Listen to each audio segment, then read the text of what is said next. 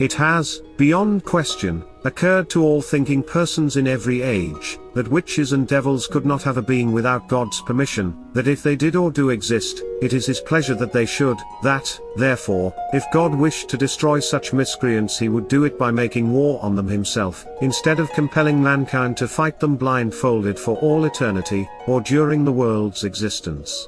Still, there are, no doubt, some dark corners of the earth where it would not be entirely safe for one to declare publicly that there is no such matter as witchcraft.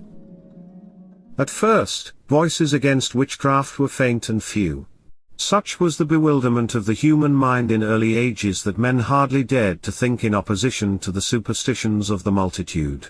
Yet there were always some who doubted the delegated power of the devil, though they were not often lavish enough of their own safety to let their disbelief be known. Few dared to speak boldly against the existence of witchcraft before the year 1700. Though they disbelieved in it, they were afraid to attack it. They began by endeavoring to show the insufficiency of the evidence relied upon in particular cases. In this way, frauds were detected and exposed, and the eyes of judges were opened.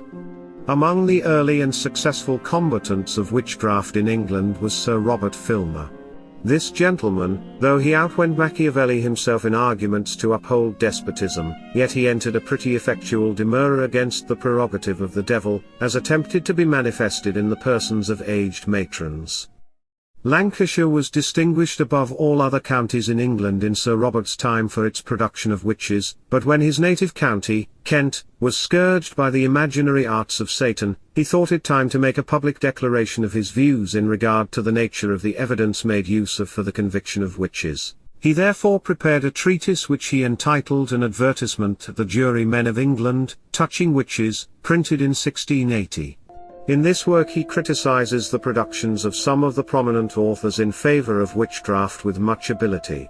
To the assertion that witches act under a contract with the devil, Mr. Filmer observes, that the agreement between the witch and the devil they call a covenant, and yet neither of the parties are any way bound to perform their part, and the devil, without doubt, notwithstanding all his craft, hath far the worst part of the bargain. The bargain runs thus: the witch as a slave binds herself by vow to believe in the devil, and to give him either body, or soul, or both, under his handwriting, or some part of his blood. The devil promiseth to be ready at his vassal's command, to appear in the likeness of any creature, to consult, and to aid him for the procuring of pleasure, honor, wealth, or preferment, to go for him, to carry him any whither, and to do any command. Whereby we see the devil is not to have benefit of his bargain till the death of the witch. In the meantime, he is to appear always at the witch's command, to go for him, or her, to carry him any whither, and to do any command, which argues the devil to be the witch's slave, and not the witch the devil's slave.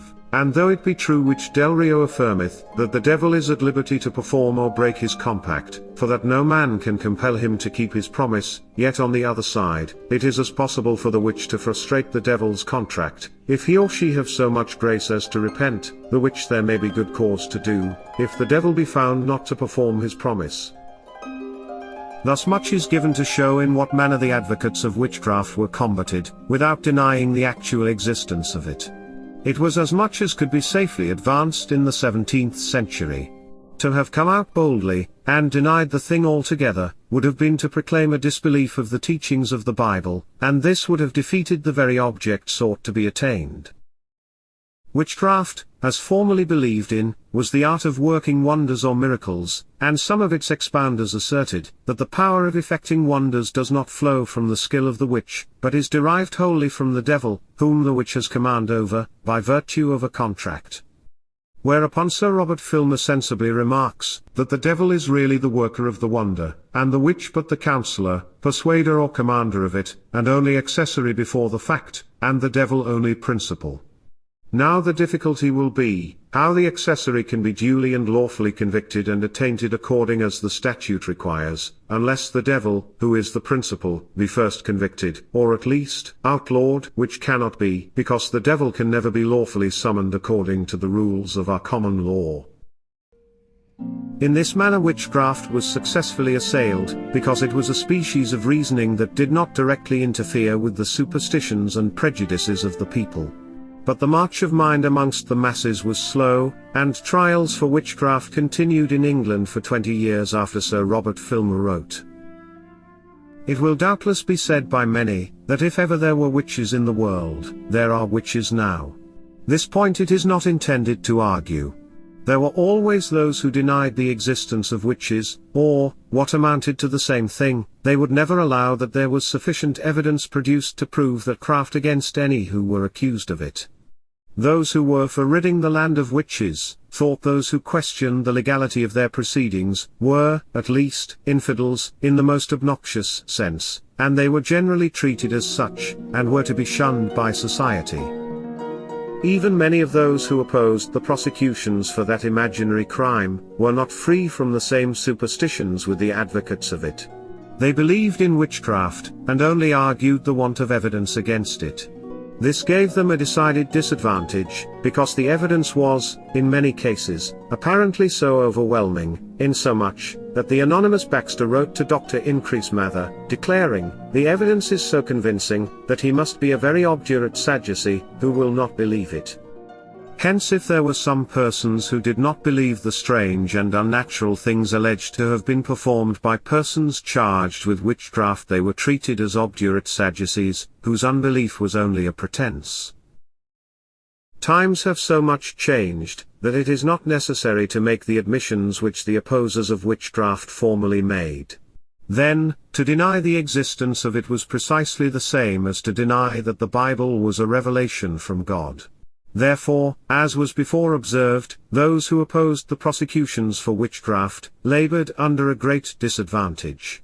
The belief in it being nearly universal, the solitary individual, who dared to stem so popular a torrent, now looked upon clearly as a delusion, had nothing to expect on all hands, but obloquy, derision, and contempt, from all which, nothing is easier to be discerned than this: wherever ignorance is the greatest, their superstition prevails most, that therefore it follows of course, that ignorance and superstition are the parents of witchcraft. It was in Salem, in the midst of the proceedings against the people charged with being witches, and while several jails were crowded with those unfortunate persons, a very serious question arose, which, of itself, was calculated to cause the most violent of the prosecutors to stay their bloody hands, and to ask themselves what they had been doing, and if, after all, there was not a possibility that they had been guilty of shedding innocent blood.